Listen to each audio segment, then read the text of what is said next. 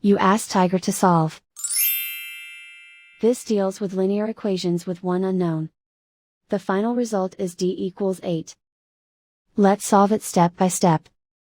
Group all d terms on the left side of the equation. Add 2d to both sides. Group like terms. Simplify the arithmetic. Group like terms. Simplify the arithmetic.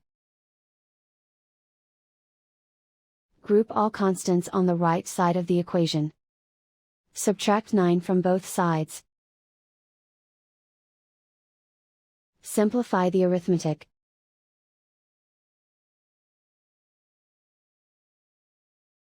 Isolate the d.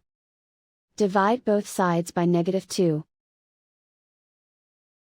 Cancel out the negatives.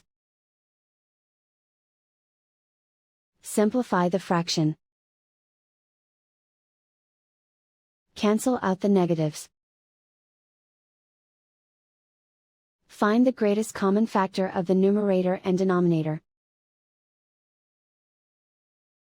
Factor out and cancel the greatest common factor. And so the final result is d equals 8.